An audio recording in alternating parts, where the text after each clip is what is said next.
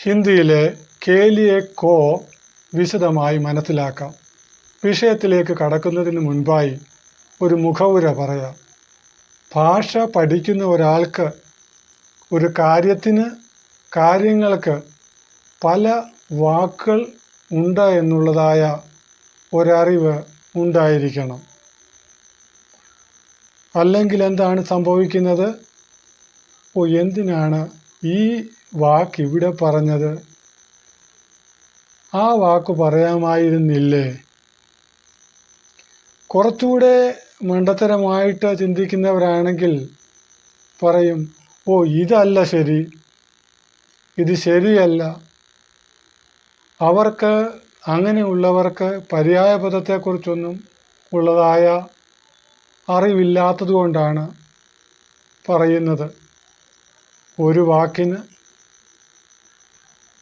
പര്യായ പദങ്ങളുണ്ട്. Informal, formal വ്യത്യാസം, അല്ലെങ്കിൽ സ്പോക്കൺ, റിട്ടൺ ലാംഗ്വേജിൽ ഉപയോഗിച്ച് വരുന്ന ശബ്ദങ്ങളുടെ വ്യത്യാസവും അതിൻ്റെ എക്സ്പ്രഷനും മനസ്സിലാകാതെ വരുമ്പോഴാണ് നമ്മൾ ഈ രീതിയിൽ ചിന്തിക്കുകയും പറയുകയുമൊക്കെ ചെയ്യുന്നത്. വരൂ, നമുക്ക് വിഷയത്തിലേക്ക് കടക്കാം. ഹിന്ദിയിലെ കേലിയെ കോ, അപ്പൻ ചുട്ടു.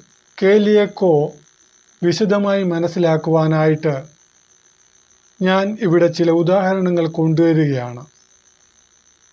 അച്ഛന് വേണ്ടി അപ്പൻ ചുട്ടു. പിതാ കേലിയെ റൊട്ടി ബനായ. അപ്പോൾ മകളാണ് ഉണ്ടാക്കിയതെന്ന് വിചാരിക്കുക. അപ്പോൾ അമ്മ ചോദിക്കുന്നു, ആര് പറഞ്ഞടി അപ്പം ഉണ്ടാക്കാൻ? അപ്പോൾ ഉത്തരമായി മോള് പറയുകയാണ് തള്ളയോട്, റൊട്ടി ഉണ്ടാക്കാൻ അച്ഛൻ പറഞ്ഞു. റൊട്ടി ഉണ്ടാക്കാൻ വേണ്ടി, അല്ലെങ്കിൽ അപ്പം ഉണ്ടാക്കാൻ വേണ്ടി അച്ഛൻ പറഞ്ഞു. ആദ്യം പറഞ്ഞ വാക്യത്തിൽ അച്ഛന് വേണ്ടി പിതാ കേലിയെ, രണ്ടാമത് പറഞ്ഞതിൽ ഉണ്ടാക്കാൻ വേണ്ടി ബനാനെ കേലിയെ. അപ്പോൾ അച്ഛന് വേണ്ടി എന്നതിൽ അച്ഛൻ നാമമാണ്. ഉണ്ടാക്കാൻ വേണ്ടി എന്നുള്ളതിൽ ഉണ്ടാക്കാൻ എന്നത് ബനാനെ കേലിയെ, ബനാന എന്നത് ക്രിയയാണ്. അപ്പോൾ ഈ വേണ്ടിക്ക് തുല്യമായി ഹിന്ദിയിൽ ഉപയോഗിച്ചു വരുന്ന കേലിയെ നൗണിനോട് കൂടെ, നൗണിന് ശേഷവും ക്രിയയോട് കൂടെയും ഉപയോഗിച്ചു വരുന്നു. അപ്പോൾ കോ എവിടെ ഉപയോഗിക്കും? അത് നമ്മൾ തുടർന്ന് മനസ്സിലാക്കുന്നതാണ്. അപ്പോൾ അച്ഛന് വേണ്ടി പിതാ കേലിയെ, ഉണ്ടാക്കാൻ വേണ്ടി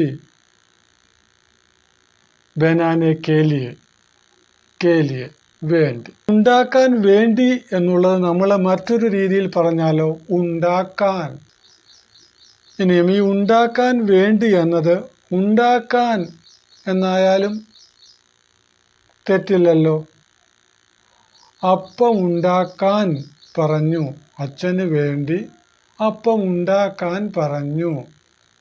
ഉണ്ടാക്കാൻ, ബനാനെ കോ.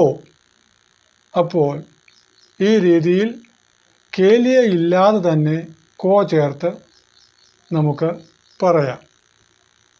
അച്ഛന് വേണ്ടി അപ്പം ചുടാൻ പറഞ്ഞത്.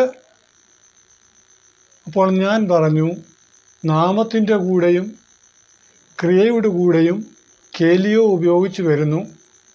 അപ്പോൾ കോ എങ്ങനെ ഉപയോഗിക്കും, എവിടെ ഉപയോഗിക്കും? നാമത്തിൻ്റെ കൂടെയാണോ അതോ ക്രിയയുടെ കൂടെയാണോ? അത് ഉദാഹരണത്തിലൂടെ നമുക്ക് മനസ്സിലാക്കാം. അച്ഛന് വേണ്ടി അപ്പം ചുട്.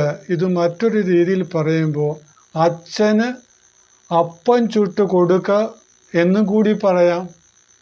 അവിടെ അച്ഛനെന്ന് മാത്രമേ ഉള്ളൂ, വേണ്ടി നിർബന്ധമായി വരുന്നില്ല. അപ്പോൾ വാക്യത്തിൻ്റെ സ്ട്രക്ചറിൽ അല്പം വ്യത്യാസം വരുത്തി കേലിയയില്ലാതെ കോ ചേർത്തും നമുക്ക് സംസാരിക്കാം. എപ്പോൾ ക്രിയയുടെ കൂടെ, ക്രിയ വരുമ്പോൾ ക്രിയയുടെ കൂടെ ചേർത്ത് പറയാൻ കഴിയും. കൊടുക്കാൻ, ദേനേക്കോ, കൊടുക്കാൻ വേണ്ടി പറയണമെങ്കിൽ കേലിയ ചേർക്കണം. ദേനെ കേലിയെ, കേലിയില്ലാതെ കൊടുക്കാൻ. ദേനേക്കോ, മേടിക്കാൻ. എടുക്കാൻ പറഞ്ഞു, ലേനേക്കോ ബോല, കൊടുക്കാൻ പറഞ്ഞു, ദേനേക്കോ ബോല. കാണാൻ പറഞ്ഞു, ദേഖ്നേക്കോ ബോല. ഇനിയും കേലിയ ചേർക്കുമ്പോൾ അല്പം വ്യത്യാസം വരും. ദേഖ്നെ കേലിയെ, കാണാൻ വേണ്ടി. ദേനെ കേലിയെ, കൊടുക്കാൻ വേണ്ടി. ലേനെ കേലിയെ, എടുക്കാൻ വേണ്ടി. ഇങ്ങനെ കേലിയേക്കോ നമുക്ക് ക്രിയയുടെ കൂടെ പറയാൻ കഴിയും. ഇങ്ങനെ കേലിയേക്കോ ക്രിയയുടെ കൂടെ ഉപയോഗിക്കാൻ കഴിയും. കേലിയോ ചേർത്ത് പറയാം, അല്ലെങ്കിൽ കോ ചേർത്തും സംസാരിക്കാവുന്നതാണ്. അപ്പോൾ നാമത്തോടു കൂടി ഉപയോഗിക്കുമ്പോൾ അച്ഛന് വേണ്ടി, പിതാ കേലിയെ, അമ്മയ്ക്കു വേണ്ടി, മാ കേലിയെ, മക്കൾക്ക് വേണ്ടി, ബച്ചോ കേലിയെ, മകനു വേണ്ടി, ബേട്ടാ കേലിയെ, മകൾക്ക് വേണ്ടി, ബേട്ടി കേലിയെ, ലഡ്കാ കേലിയെ, ചെറുക്കന് വേണ്ടി, ലഡ്കി കേലിയെ, പെണ്ണിന് വേണ്ടി, ഇതിനു വേണ്ടി, ഇവന് വേണ്ടി, ഇവൾക്ക് വേണ്ടി, ഇസ്കേലിയെ, അതിനു വേണ്ടി, അവന് വേണ്ടി, അവൾക്ക് വേണ്ടി, ഉസ്കേലിയെ. ഇൻകേലിയെ, ഇയാൾക്ക് വേണ്ടി അല്ലെങ്കിൽ ഇവർക്ക് വേണ്ടി. ഉൻകേലിയെ, അയാൾക്ക് വേണ്ടി അല്ലെങ്കിൽ അവർക്ക് വേണ്ടി.